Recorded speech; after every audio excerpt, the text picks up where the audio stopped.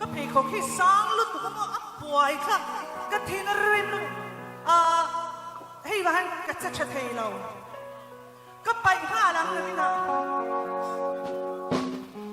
มาเส้นน้ำไหนก็จะเฉเราอ่ะยี่มาริก็จะเฉก็เจ้าเรา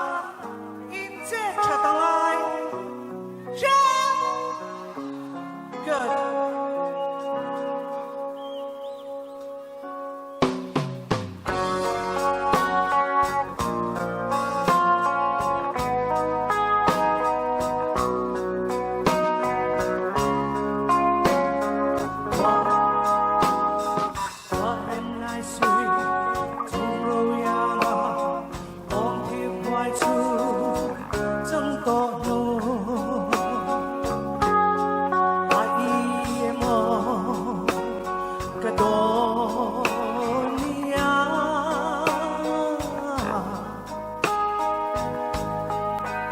good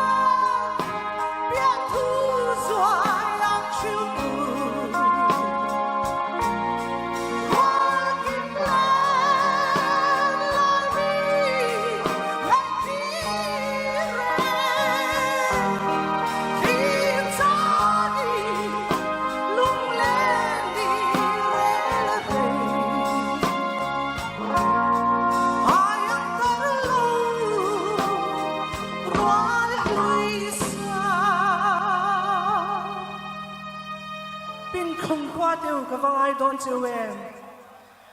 gặp mang ai tóc chiều